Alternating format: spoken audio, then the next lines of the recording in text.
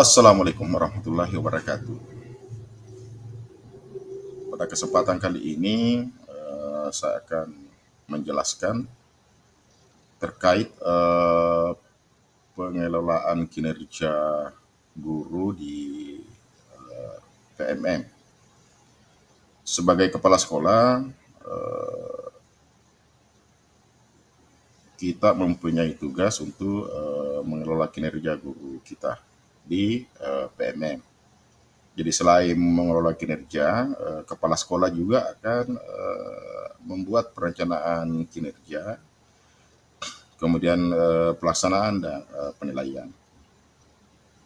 Jadi sama dengan guru, kepala sekolah juga membuat perencanaan kinerja di PMM.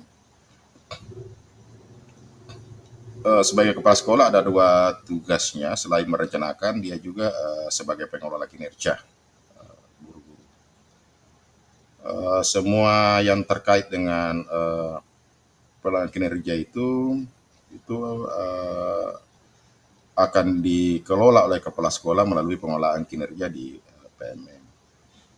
Baik, yang pertama, langkah pertama yang harus dilakukan adalah login di PMM menggunakan akun belajar ID. Ya, saya kira Bapak Ibu biasa kita lakukan ini. Setelah login, nanti akan tampil tampilan seperti ini. Jadi pada pengembangan diri itu ada dua hal yang baru. Yang pertama refleksi kompetensi, kemudian pengelolaan kinerja. Jadi refleksi kompetensi ini adalah tempat untuk melihat sejauh mana level kompetensi kita saat ini melalui ini. Tapi ya kali ini saya akan lebih fokus membahas di pengelolaan kinerja karena sudah terbuka.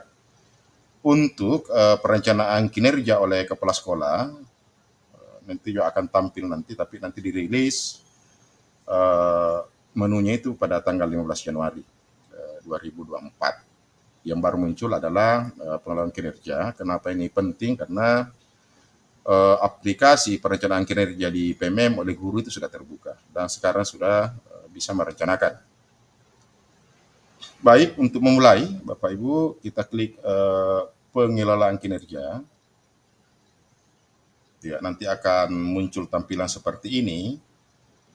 Di sini dijelaskan bahwa untuk pengelolaan kinerja itu khusus untuk kepala sekolah. Jadi fungsinya ini untuk mengontrol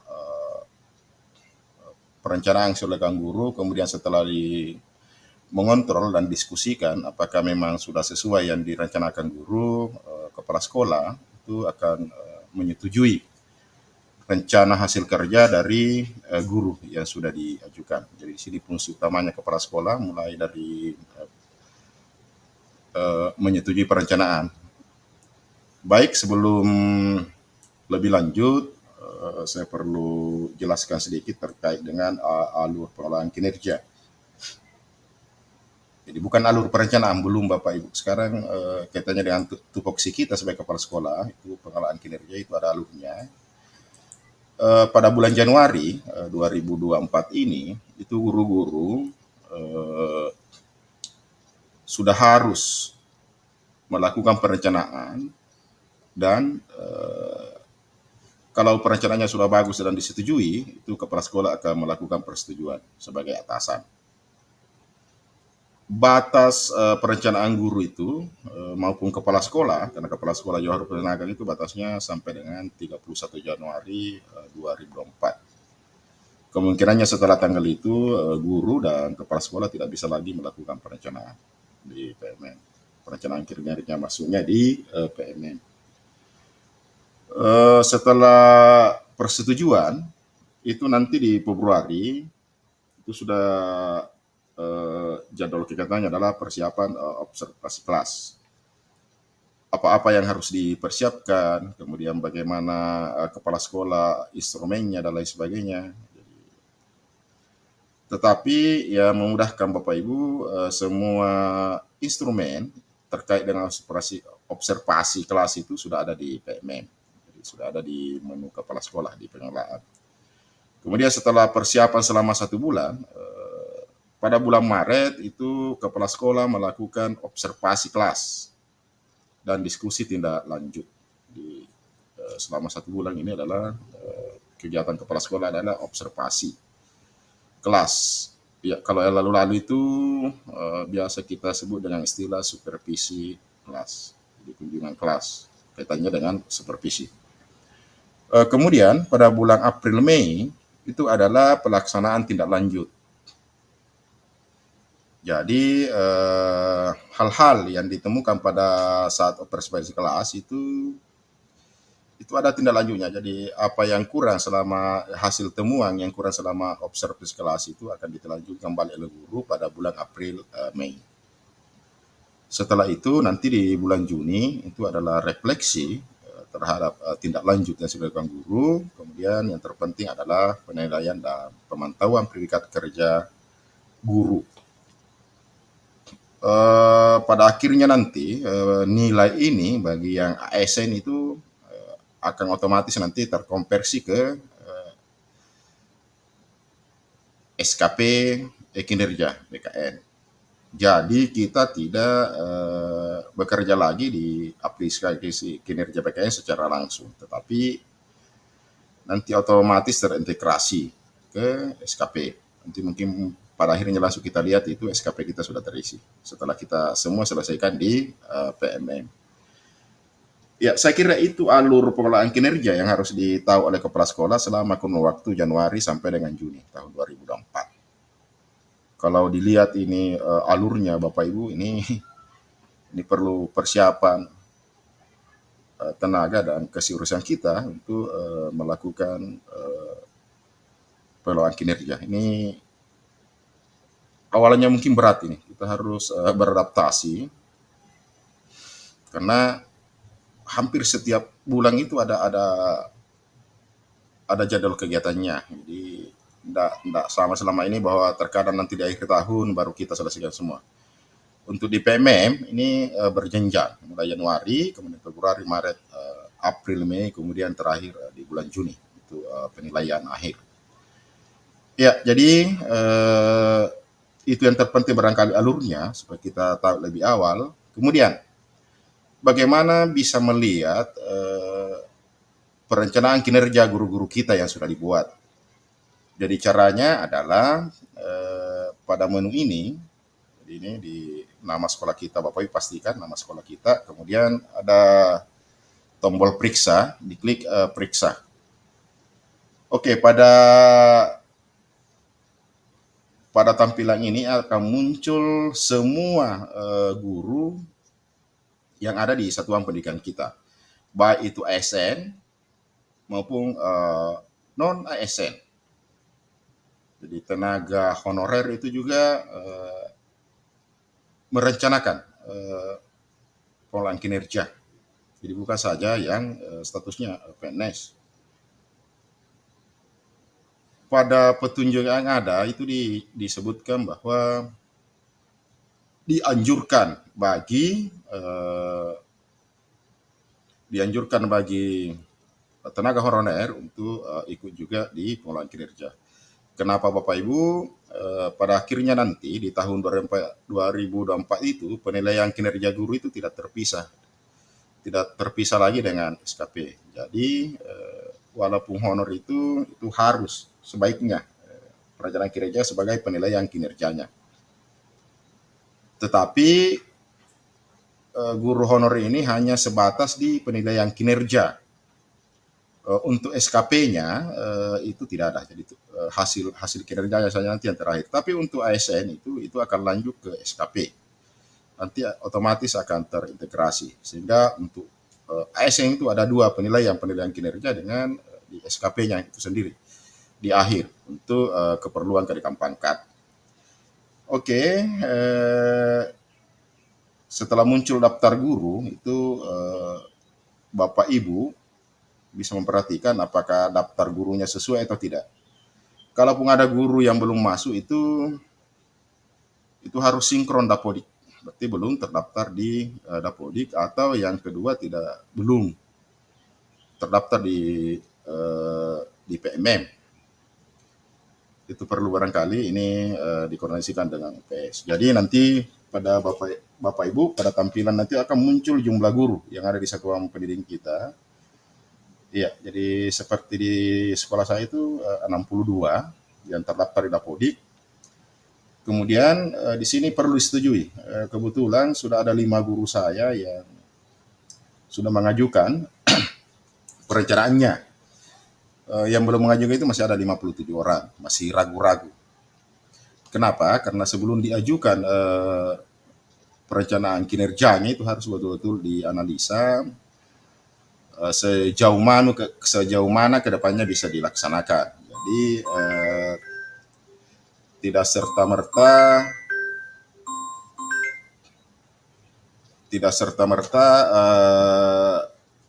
kita memilih RHK yang ada. Jadi harus didiskusikan dulu bersama dengan kepala sekolah, diberi pertimbangan mampu tidak dilaksanakan ini RHK-nya atau bagaimana. Oke, setelah itu jadi di sini muncul disetujui masih kosong, berarti ini artinya saya belum menyetujui dari beberapa guru yang sudah mengajukan rencana kerjanya.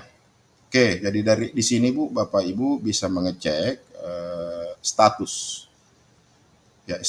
guru apakah sudah mengajukan atau tidak. Jadi di sini keterangannya belum mengajukan. Pada dasarnya guru saya sudah merencanakan semua, tetapi mungkin masih ada yang mau dikonsultasikan dengan kepala sekolah sehingga belum diajukan.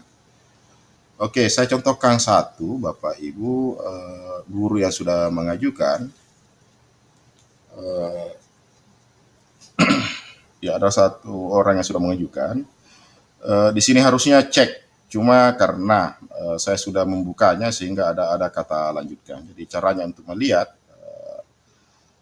rencana yang sudah dibuat oleh guru untuk diperiksa bersama, kita klik lanjutkan. Jadi nanti akan tampilan seperti ini. Inilah rencana hasil kerja yang diajukan oleh guru-guru, satu orang guru ini. Ada 5 RHK yang diajukan, RHK utama yang diajukan dengan jumlah poin tertentu. Jadi sekali lagi saya sampaikan bahwa jumlah poin minimal untuk perencanaan guru itu adalah 32. Itu yang paling minimal. Jadi jika kurang dari 32 itu akan berwarna merah, artinya poin kita belum cukup.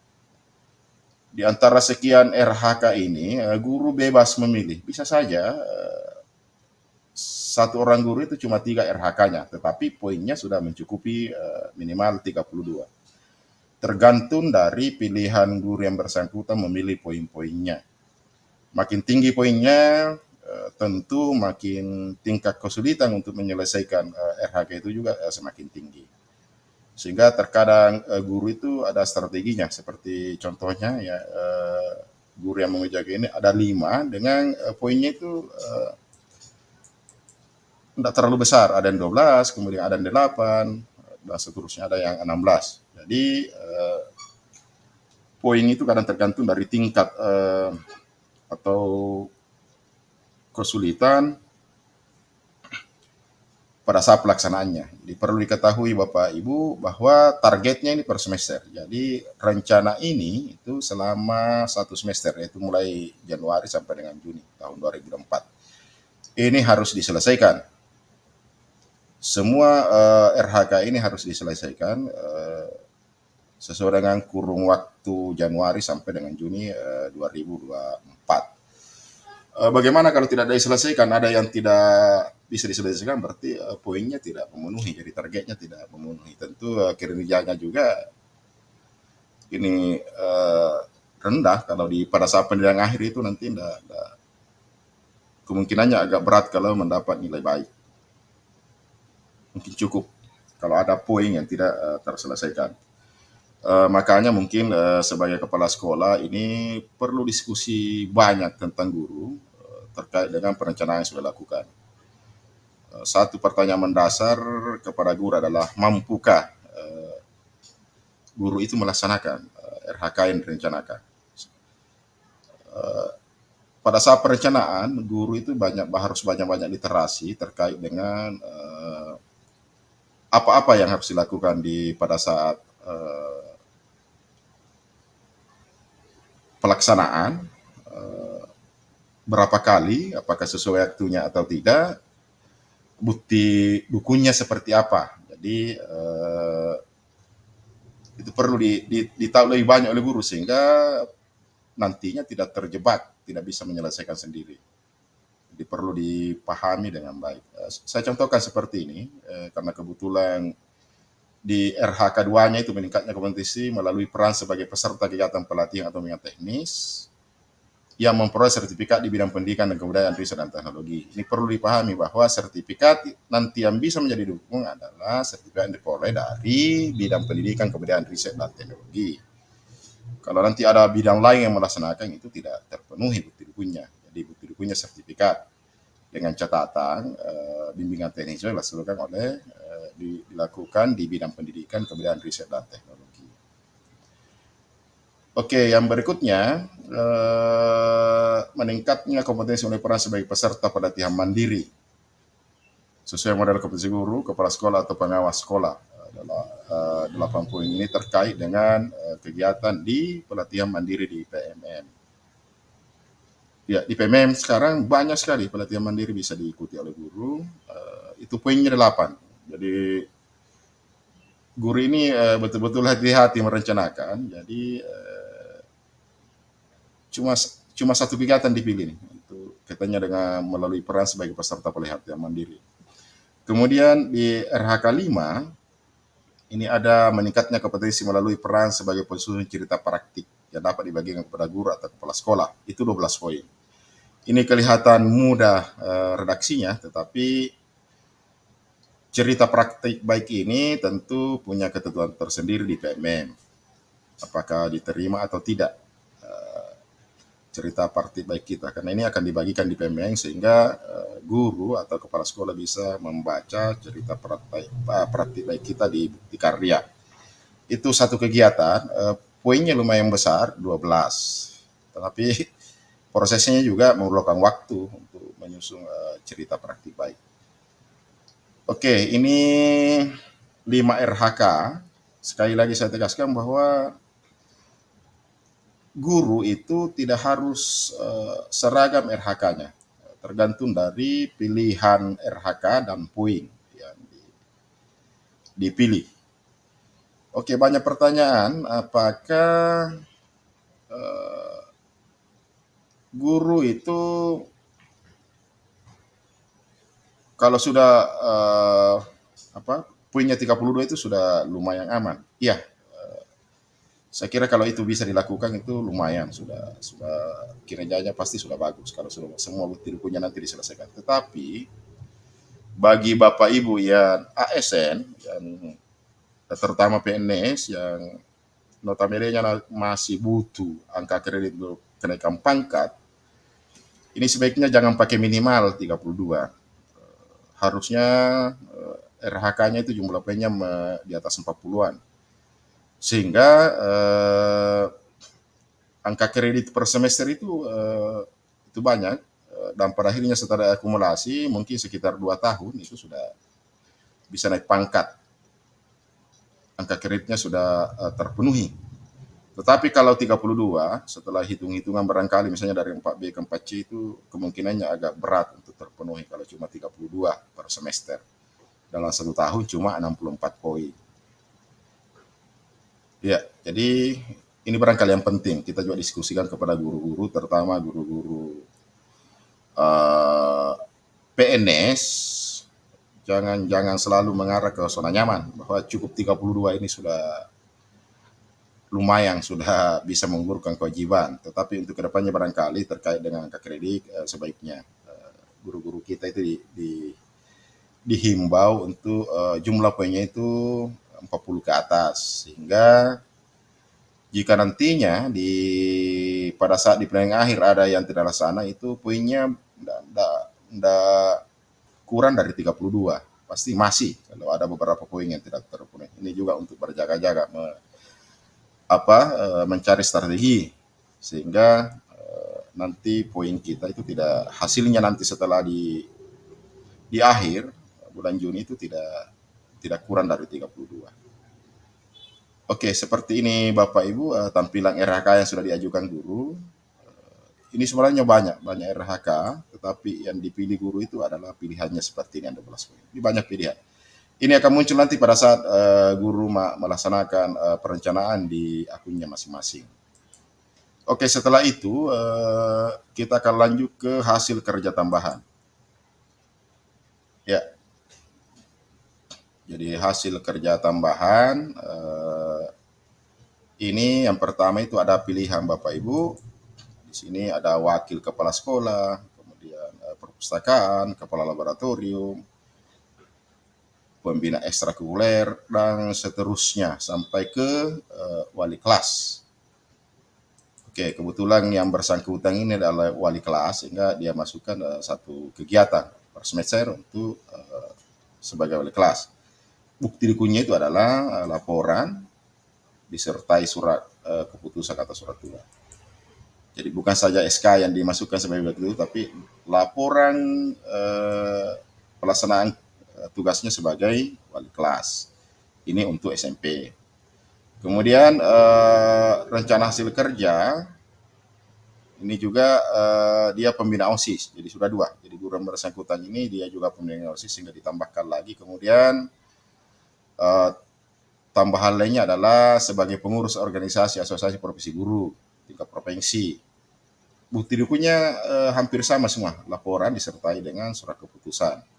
Kemudian dia juga sebagai pengurus organisasi asosiasi profesi di tingkat kabupaten. Jadi ada 4 tugas tambahan yang dipilih. Keempat tugas ini tentu akan menambah angka kredit kita karena ini tetap diperhitungkan. Jadi sekali lagi di pengelolaan kinerja di tahun 2004 itu tugas tambahan masih diperhitungkan. Termasuk tadi pengembangan kompetensi melalui mengikuti diklat atau bintek, pelatihan bintek, itu juga masih berlaku karena itu terkait dengan angka kredit kita, sehingga itu tidak boleh bahwa itu tidak perlu diprogramkan lagi dan sebagainya. Oke, ini di tugas tambahannya ada 4 RHK. Jadi nanti bukti dukunnya itu harus 4 juga ya nanti yang dilaporkan. Kemudian kita ke perilaku kerja, ini sama dengan di SKP Bapak Ibu ya, sementara kita lakukan sekarang. Oke, nanti orientasi pelayanan, guru melalui akunnya itu memilih. Jadi memilih salah satu indikator perilaku di pelayanan. Ya kebetulan ini guru yang bersangkutan memahami kebutuhan peserta didik dan berusaha memenuhinya. Oke, di perencanaan nanti itu, di perencanaan di tampilan guru itu akan muncul seperti ini. Bagaimana Anda menerapkan perilaku tersebut dalam kehidupan sehari-hari. Oke, yang dipilih adalah melayani peserta didik sesuai dengan hasil asesmen awal peserta didik. Ya, jadi ini banyak pilihan sebenarnya, tergantung dari mana yang perlu kita kembangkan, mana yang guru perlu kembangkan, itu yang dipilih. Kemudian akuntabel sampai dengan kolaboratif, jadi ada 7, seperti di SKP saat ini ada 7. Bedanya dengan SKP yang lalu Bapak Ibu, untuk indikator perilaku dengan bagaimana menerapkan perilaku tersebut agar sebarang itu diserahkan semuanya ke guru, bukan kepala sekolah yang memilih. Jadi yang tampil ini Bapak Ibu di pengolahan kepala sekolah itu adalah tampilan guru yang dipilih, bukan kepala sekolah. Kepala sekolah cuma melihat seperti ini yang sudah direncanakan di perilaku kerja.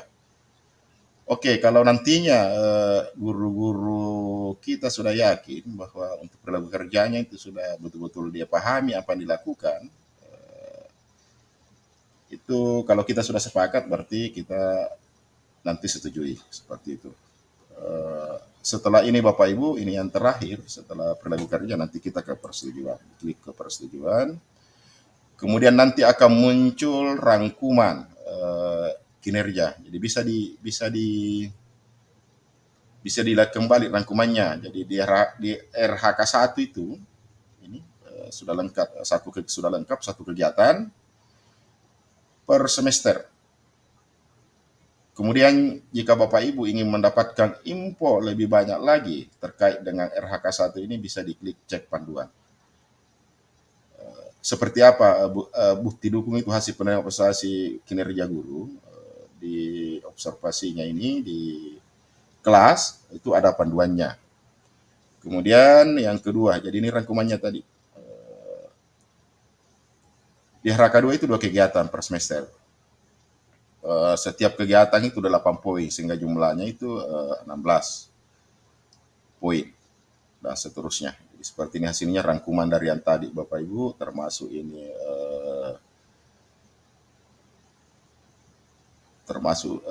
perilaku kerjanya sudah muncul juga semua rangkumannya.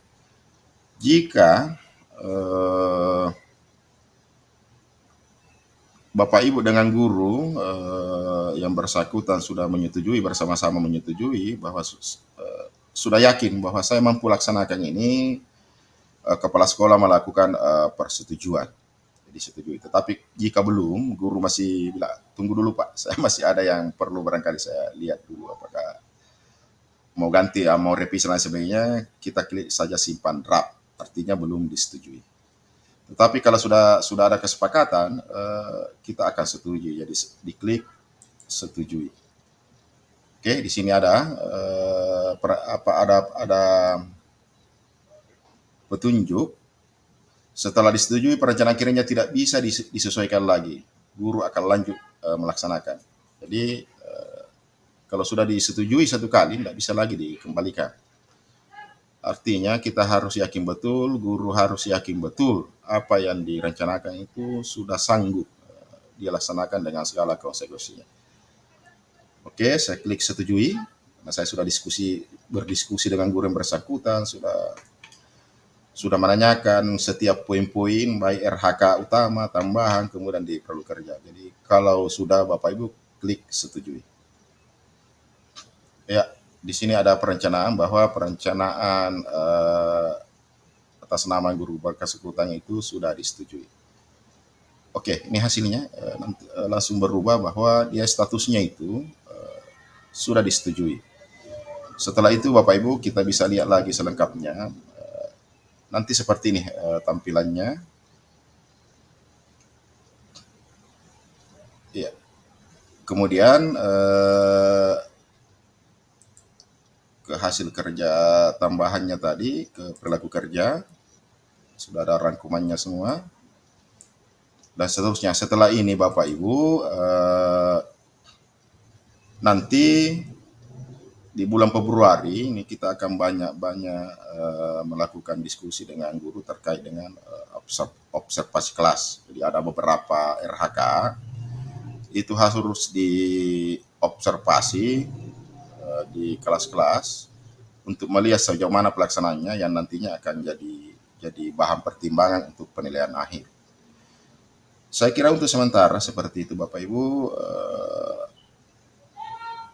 Selanjutnya nanti setelah kita sudah masuk di observasi, saya akan jelaskan lagi seperti apa pelaksanaan observasi kelas oleh kepala sekolah. Yang terpenting saat ini adalah bagaimana menghimbau guru-guru kita untuk segera melakukan perencanaan kinerja melalui akun Belajar ID di PMM, melalui akun masing-masing. Demikian penjelasan terkait dengan bagaimana cara pengolahan kinerja oleh kepala sekolah. Semoga bermanfaat. Saya akhiri dengan ucapan billahi taufiq wal hidayah. Wassalamualaikum warahmatullahi wabarakatuh.